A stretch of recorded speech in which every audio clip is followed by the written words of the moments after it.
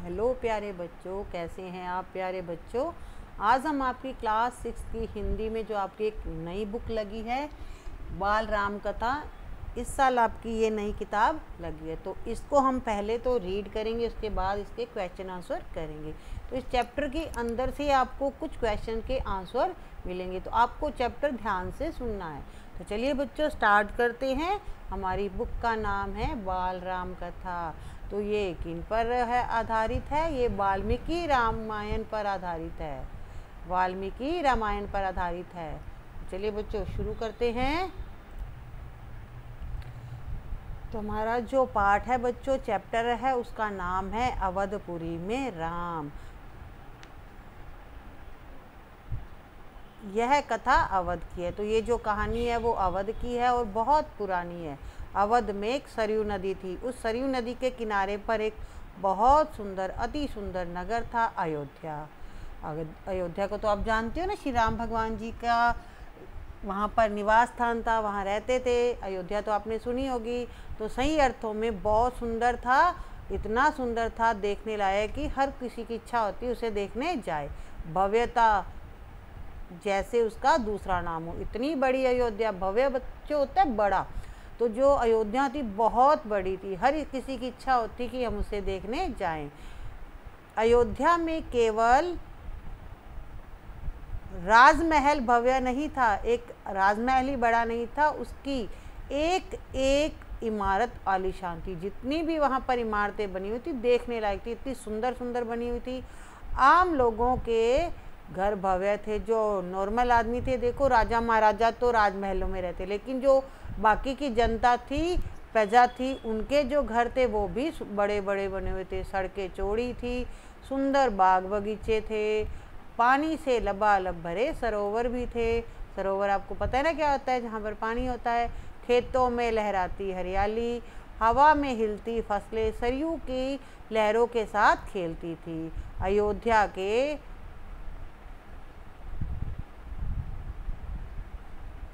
हर तरह से संपन्न नगरी थी। अयोध्या हर तरह से खुशहाल शहर था, नगर था। संपन्नता कोने अंतरे तक बिखरी हुई, सभी बहुत सुखी थे, सब समृद्ध। तो हर सुविधा उपलब्ध थी बच्चों वहाँ पर। तो हर इंसान तो सुखी होगा ही, और बहुत धनवान भी थे। दुख और विपन्नता यानी गरीबी को अयोध्या का पता ही नहीं मालूम था। ना तो वहाँ पर किसी को कोई दुख था, ना ही वहाँ पर गरीबी थी, इसलिए उनको पता ही नहीं होता था कि दुख क्या होता है, गरीबी क्या होती है, या उन्हें नगर की सीमाओं में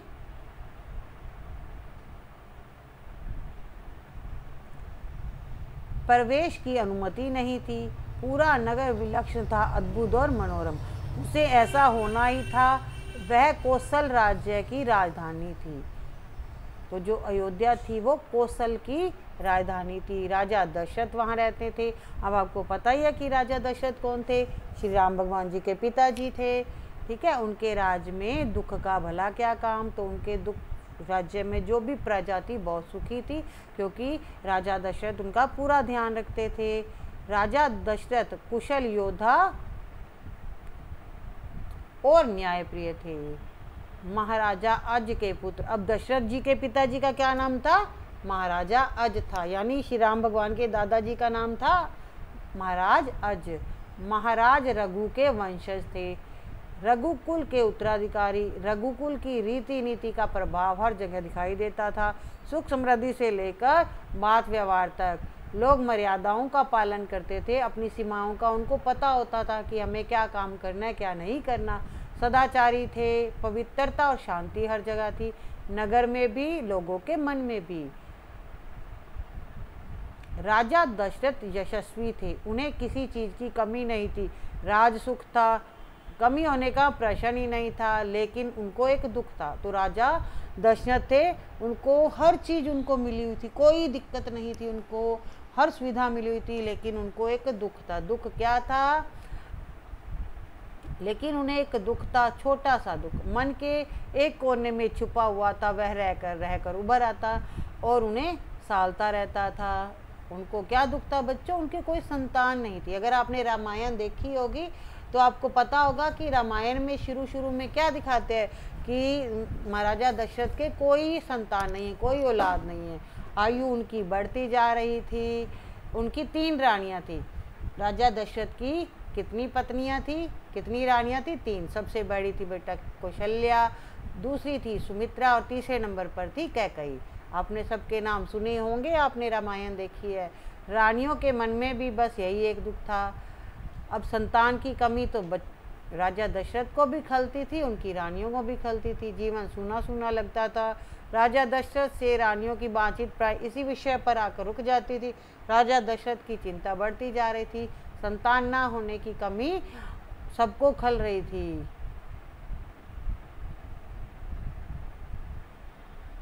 तो बच्चों ये आपकी बुक में पिक्चर भी आएगी, ठीक है। तो यहाँ पर क्या है, राजा दशरथ यज्ञ भी करेंगे, फिर उनको संतान प्राप्ति होगी। तो चलिए बच्चों आगे शुरू करते हैं। बहुत सोच विचार कर महाराज दशरथ ने इस संबंध में वशिष्ठ मुनि से चर्चा की। तो उनके गुरु होते थे बच्चे, राजा महाराजाओं के गुरु होते थे। तो उन्होंने अपने गुरु जी से इस विषय पर चर्चा की। उन्हें बताया कि संतान ना होने के कारण उनको कितना दुख होता है। उन्होंने पूरी बात विस्तार से बताई। रघुकुल के अगले उत्तराधिकारी के बारे में अपनी चिंता भी बताई। अब उत्तराधिकारी क्या होते हैं बच्चों? जैसे आप अपने माता पिता के क्या उत्तराधिकारी हो। अब मुनि वशिष्ठ राजा दशरथ की चिंता समझते थे। उन्होंने दशरथ को यज्ञ करने की सलाह दी। तो पुराने जमाने जैसे हम हवन करते हैं घर में, तो ऐसे ही पुराने ज़माने में राजा महाराजा यज्ञ करते थे। अब पुत्रेष्टि यज्ञ, अब उनको क्या चाहिए था? पुत्र चाहिए था। तो पुत्र के लिए उन्होंने क्या किया? यज्ञ किया। मैं ऋषि ने कहा आप पुत्रेष्टि यज्ञ करें महाराज, आपकी इच्छा अवश्य पूरी होगी। यज्ञ महान तपस्वी ऋष्य श्रृंग की देखरेख में हुआ। पूरा नगर उसकी तैयारी में लगा हुआ था। यज्ञशाला सरयू नदी के किनारे पर बनाई गई। तो बच्चों देखियो, हमने चित्र में देखा है, यहाँ पर क्या होगा? ये हवन होगा, ठीक है। ये देखो आप चित्र में देख रहे हो। तो यज्ञ करेंगे।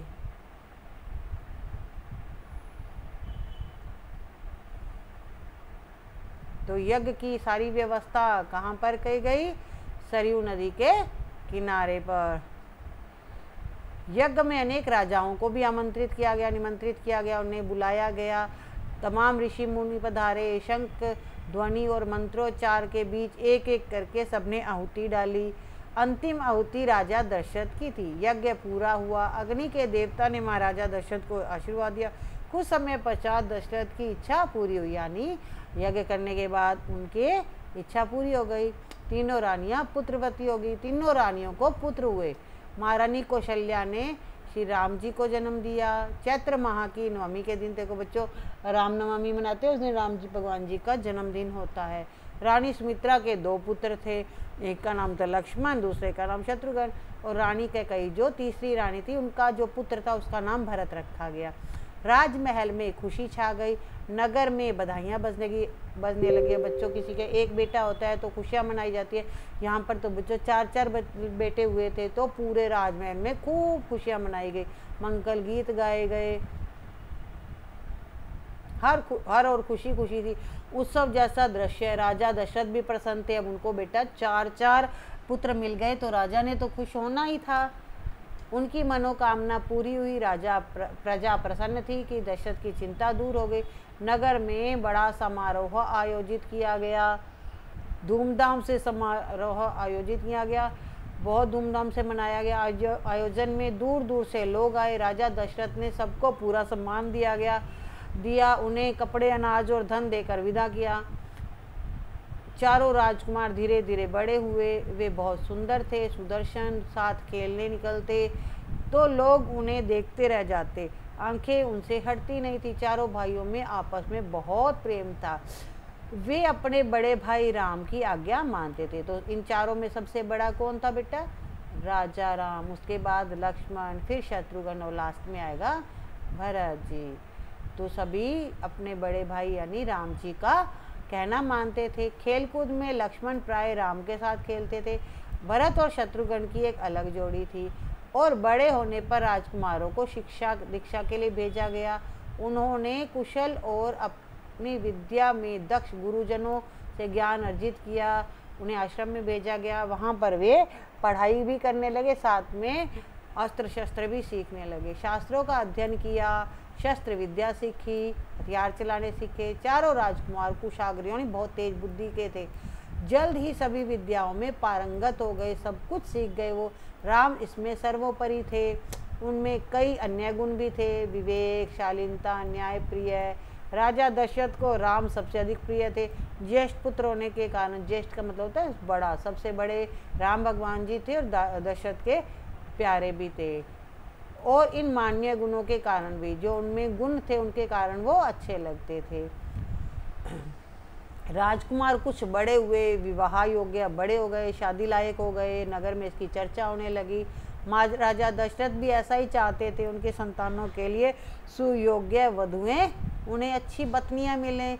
परिजनों में चर्चा पहले से ही हो रही थी। अब बड़ा बच्चा हो जाता है, सब परिवार में हर कोई देखता है, कहता भी हाँ फलाने बंदे का बेटा बैठा है, बेटी वहाँ ब्याहनी है। तो इसी तरह से जो राजा दशरथ के पुत्र थे उनके बारे में चर्चा होने लगी। बाद में पुरोहितों को भी इसमें शामिल किया गया। अयोध्या का राजमहल एक दिन ऐसी ही चर्चा चल रही थी, गहन मंत्रणा। तभी एक द्वारपाल घबराया हुआ अंदर आया। उसने सूचना दी कि महर्षि विश्वामित्र पधारे हैं। महाराजा दशरथ तत्काल अपना आसन छोड़कर खड़े हो गए। तो जो उनकी गद्दी होती थी, जब विश्वामित्र जी गुरु जी उनके आए तो उन्होंने अपनी गद्दी छोड़ दी और खुद उन्हें लेने गए दरवाजे पर। द्वार की ओर बड़े, महर्षि की अगवानी करने उन्हें लेने के लिए। उन्हें लेकर दरबार में आए। विश्वामित्र को ऊंचा आसन भी दिया गया। विश्वामित्र कभी स्वयं राजा थे, बहुत बड़े और बलशाली। बाद में अपना राजपाट त्याग दिया, छोड़ दिया और संन्यास ले लिया, जंगल चले गए। वहीं उन्होंने अपना आश्रम भी बना लिया। उसे उन्होंने सिद्धाश्रम का नाम दिया। अब बच्चों, आपको जो मैं एक एक लाइन पढ़ा रही हूँ उनको आपको ध्यान रखना है, ताकि आपसे कोई भी प्रश्न पूछा जाए हर आदमी का आप नाम बता सको। तो जैसे यहाँ पर महर्षि विश्वामित्र के आश्रम का क्या नाम था? सिद्धाश्रम। महर्षि के स्वागत सत्कार के लिए दशरथ ने कहा, महर्षि आज्ञा दे, मैं आपकी क्या सेवा कर सकता हूँ। उस समय जो राजा महाराजा होते थे वो भी बड़े विनम्र होते थे, गुरुओं का सम्मान करते थे। आप अपने मन की बात कहिए, आपकी आज्ञा का पूरी तरह से पालन होगा। राजन, अब विश्वामित्र जी क्या कहते हैं, गुरु जी क्या कहते हैं? राजन। राजन मतलब राजा जी। मैं जो मांगने जा रहा हूँ उसे देना आपके लिए कठिन होगा, तो मैं जो आपसे मांगूंगा आपको मुश्किल लगेगा वो। तो राजा दशरथ कहते हैं, आप आज्ञा तो दीजिए महर्षि, मैं उसे पूरा करने के लिए तत्पर हूँ, बिल्कुल नहीं हिचकूंगा। मैं सिद्धि के लिए एक यज्ञ कर रहा हूँ। विश्वामित्र जी ने बताया कि वो सिद्धि प्राप्ति के लिए एक यज्ञ करे। अनुष्ठान लगभग पूरा हो गया, लेकिन 2 राक्षस उनमें बाधा डाल रहे हैं। 2 राक्षस है। उस जमाने में बच्चों राक्षस बहुत होते थे, संत महात्माओं को बहुत परेशान करते थे। जब भी वो यज्ञ करते थे उन्हें तंग करते थे, मार देते थे। तो इसलिए अब विश्वामित्र जी ने भी यज्ञ किया, लेकिन जो 2 राक्षस थे उनका यज्ञ पूरा नहीं होने दे रहे थे, बार बार उनमें विघ्न डाल रहे थे। तो विश्वामित्र जी ने कहा कि मैं जानता हूँ उन राक्षसों को केवल एक ही व्यक्ति मार सकता है। उनको कौन मार सकता है? वह है श्री भगवान राम। आप अपने ज्येष्ठ पुत्र को मुझे दे दे ताकि यज्ञ पूरा हो सके। राम भगवान जी को ले जाएंगे और वो उन 2 राक्षसों को मारेंगे, उसके बाद मेरा यज्ञ पूर्ण हो जाएगा। विश्वामित्र ने कहा। अब सुनकर तो दशरथ पर बिजली गिर गई, हैरानी हो गई। विश्वामित्र जी ने ये क्या मांग लिया मुझसे? वो अचकचा गए, बेचैन हो गए। उनको उम्मीद ही नहीं थी कि मुनिवर उनसे, विश्वामित्र जी उनसे भगवान राम को मांग लेंगे, उनके सबसे बड़े पुत्र को, जो उनको जान से भी प्यारा था। दशरथ चिंता में पड़ गए। अब विश्वामित्र दशरथ की जो परेशानी थी वो उसको समझ गए। उन्होंने कहा, मैं राम को केवल कुछ दिनों के लिए मांग रहा हूँ, हमेशा के लिए नहीं मांग रहा। यज्ञ 10 दिनों में पूरा हो जाएगा। महाराजा दशरथ दुखी हो गए, पुत्र वियोग की आशंका से कांप उठे। अब बच्चे को कोई मांग के ले जाए तो परेशानी होती है, दुख होता है।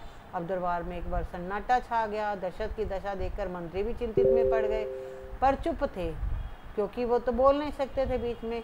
महर्षि विशिष्ट भी शांत थे। इतने में दशरथ काम कर बेहोश हो गए। होश आया तो डर ने उन्हें फिर जकड़ लिया। इतना डर से घबरा गए, इतना जाने के श्री भगवान राम के जाने से इतना डर गए कि वो बेहोश तक हो गए। अब मूर्छित होकर दोबारा गिर पड़े, बार बार बेहोश होने लगे, संज्ञा शून्य पड़े रहे, उन्हें कोई होश ही नहीं था। अब महर्षि विश्वामित्र जी को क्रोध आने लग गया, भी पहले मुझसे कहा क्यों, अब मुझे वचन देकर पीछे हो रहे हैं। महर्षि विश्वामित्र जी का क्रोध बढ़ता गया। दरबार सशंकित था, किसी अनिष्ट की आशंका से वे कुछ समझ ही नहीं पा रहे थे। महर्षि और महाराज के बीच संवाद में बोलना भी उन्हें उचित नहीं लगा। अब मुनि विशिष्ट चुपचाप आकर महाराज दशरथ के पास खड़े हो गए। थोड़ी देर बाद दशरथ उठे और स्वयं को संभालते हुए उन्होंने महर्षि से विनती की, महामुनि मेरा राम तो अभी 16 वर्ष का भी नहीं हुआ। अब उस समय राम जी की कितनी आयु थी? मात्र 16 साल। वह राक्षसों को कैसे मार सकते हैं? अब छोटा सा बच्चा इतने भयानक राक्षसों को मारेगा तो उसे डर लग रहा था कि भगवान राम को ना कुछ हो जाए। वह राक्षसों को कैसे लड़ेगा? राक्षस मायावी है, वह उसका छल कपट कैसे समझेगा? उन्हें कैसे मारेगा? इससे अच्छा तो यही होगा कि आप मेरी सेना ले जाए, भगवान राम को छोड़ दो बट मेरी सेना को ले जाओ, मैं स्वयं आपके साथ चलूँगा, राक्षसों से युद्ध भी करूँगा। महर्षि विश्वामित्र ने में कोई जवाब नहीं दिया, कोई प्रतिक्रिया व्यक्त नहीं की, पर क्रोधित हो रहे थे, पर उसे व्यक्त नहीं कर रहे थे। अंदर से गुस्सा तो बहुत आ रहा था लेकिन वो बाहर नहीं दिखा रहे थे। उन्हें अपने यज्ञ का नियम याद थे, क्रोध करने से यज्ञ खंडित हो जाएगा। अब यज्ञ का एक नियम था कि आपको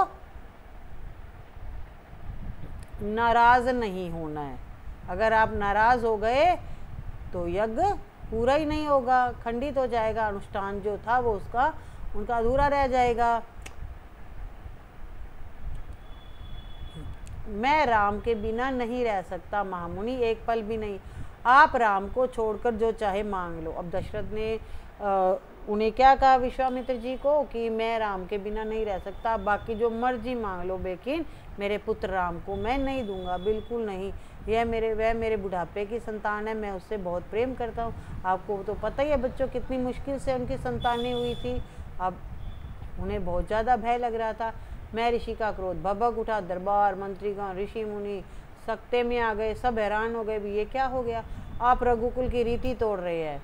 ठीक है, उस टाइम में क्या होता था, आपने सुना हुआ था कि प्राण जाए पर वचन ना जाए, तो उस समय जो वचन दे दिया जाता था वो चाहे अपनी जान देकर भी पूरा करना पड़े, करते थे राजा महाराजा। अब विश्वामित्र ने कहा कि आप अपनी बात से पलट रहे हो, वचन देकर पीछे हट रहे हैं, यह बर्ताव कुल के विनाश का सूचक है। आप जानते हैं मैं स्वयं दुष्ट राक्षसों का संहार कर सकता हूँ, कि मैं राक्षसों को मार सकता हूँ, लेकिन मैंने संन्यास ले लिया, इसलिए मैं ऐसा नहीं कर सकता। अगर आप राम को नहीं देंगे तो मैं यहाँ से खाली हाथ लौट जाऊँगा। बात बिगड़ती देख मुनि वशिष्ठ आगे आए, महाराजा दशरथ को समझाया, राम की शक्ति के बारे में बताया, प्रतिज्ञा तोड़ने के संबंध में बताया कि अपना जो आपने प्रतिज्ञा की है उसे नहीं तोड़ते। इस तरह से बीच में महर्षि विश्वामित्र के साथ रहने पर राजकुमार को होने वाले लाभ के बारे में भी बताया कि विश्वामित्र जी के साथ रहेंगे तो आपके जो बच्चे क्या क्या सीखेंगे, क्या क्या अच्छा सीखेंगे। अब राजन, आपको अपना वचन पूरा करना चाहिए, रघुकुल की यही रीति है। तो रघुकुल की क्या रीति थी? प्राण जाए पर वचन न जाए। प्राण देखकर भी आपके पूर्वजों ने वचन निभाए हैं, आपके जो पूर्वज थे अभी अपनी जान देकर भी अपना वचन निभाया है। आप राम की चिंता ना करें, महर्षि होते उनका कोई कुछ नहीं बिगाड़ सकता। आप विश्वामित्र जी पर विश्वास कीजिए। महाराजा दशरथ की चिंता कुछ कम हुई, पर मन अभी भी खिंता, मन व्याकुल था। पुत्र जो बच्चे का बिछोड़ा था, उसे अलग होने का दुख था, वो कुछ भी सुनने को तैयार नहीं था जो भी उन्हें समझाया जा रहा था। गुरु विशिष्ट ने कहा, महाराज महर्षि विश्वामित्र सिद्ध पुरुष एक तपस्वी साधु हैं, अनेक गुप्त विद्याओं के बारे में जानकार हैं, इन्हें बहुत सारी विद्याएं प्राप्त है, वह कुछ सोचकर ही यहाँ आए हैं।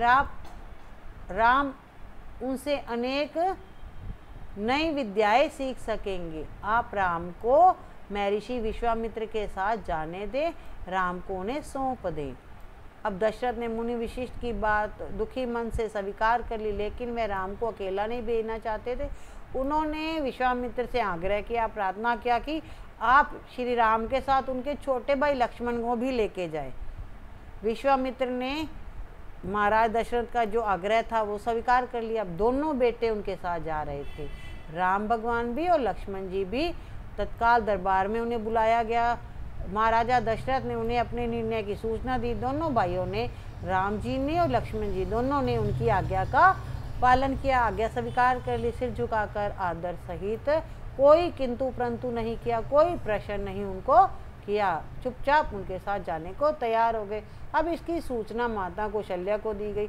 बताया गया कि राम और लक्ष्मण वन जा रहे हैं महर्षि विश्वामित्र के साथ। नितांत गंभीर माहौल में स्वस्ति वचन हुआ, शंख ध्वनि हुई, नगाड़े बजे। महाराजा दशरथ ने भावुक होकर दोनों पुत्रों को मस्तक चूमकर उन्हें महर्षि को सौंप दिया। अब वो दोनों, राम जी और लक्ष्मण जी, उनके साथ चले गए। दोनों राजकुमार बिना विलंब यानी बिना देर किए महर्षि के साथ चल पड़े बीहड़ और भयानक जंगलों की तरफ। तो जंगल भयानक थे क्योंकि वहाँ पर तरह तरह के जानवर, राक्षस रहते थे। विश्वामित्र आगे आगे चले थे, राम उनके पीछे पीछे, और लक्ष्मण राम से 2 कदम पीछे, अपना धनुष संभालते हुए, पीठ पर तुनीर बांधे, कमर में तलवार लटकाए। अब जंगल में जा रहे थे। उस समय बंदूकें तो होती नहीं थी, तीरबान होते थे, धनुष होते थे। तो इस तरह से बच्चों हमारा आज जो पहला चैप्टर था अवधपुरी में राम, वो तो हमने कर लिया कंप्लीट। अब जितना भी हमने चैप्टर रीड किया, इसमें से जो छोटे छोटे क्वेश्चन आएंगे वो हम नेक्स्ट वीडियो में करेंगे। आपको एक बार अच्छी तरह से वीडियो और देखनी है, चैप्टर को हर लाइन को ध्यान से सुनना है कि हमने क्या क्या पढ़ा है, किस किस के विषय के बारे में पढ़ा है। तो आपको इसको ध्यान से पढ़ना है। अब वीडियो को लाइक एंड शेयर कीजिएगा ताकि इसी तरह से हम आपके लिए नई वीडियो लाते रहें और आपकी हेल्प करते रहें। चैनल को अगर सब्सक्राइब नहीं किया है तो तुरंत कर दीजिएगा और नेक्स्ट वीडियो के लिए रेडी रहिएगा। आपकी जो क्लास की सभी सब्जेक्ट हैं, हिंदी, मैथ, इंग्लिश, सब हम आपको करवाएंगे। कुछ वीडियो हमने बना रखे हैं, आप प्लेलिस्ट में जाकर चेक कर सकते हैं, और जो रह गई हैं वो आपको धीरे धीरे मिल जाएंगी। Thank you, have a good day.